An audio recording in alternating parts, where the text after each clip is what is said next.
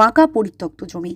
হঠাৎ স্থানীয়দের নজরে পড়ে ওই জমির মধ্যে একটি প্লাস্টিকের ব্যাগ। বাইরে থেকে বোঝা যাচ্ছে ওই ব্যাগের মধ্যে কিছু আছে, কিন্তু কি আছে এ নিয়ে মানুষের মধ্যে কৌতূহল তৈরি হয়। কয়েকজন কিছুটা এগিয়ে যেতেই দেখেন ব্যাগের মধ্যে কিছু নড়াচড়া করছে।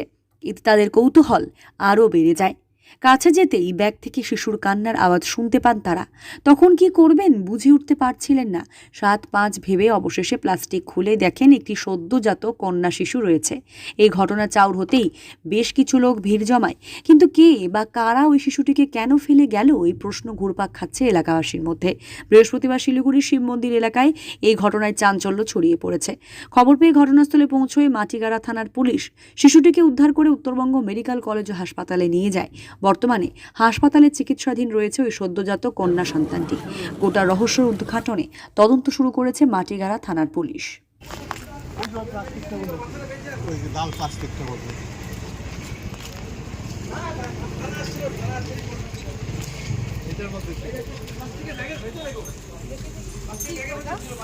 একটা বাচ্চা এখানে ফেলে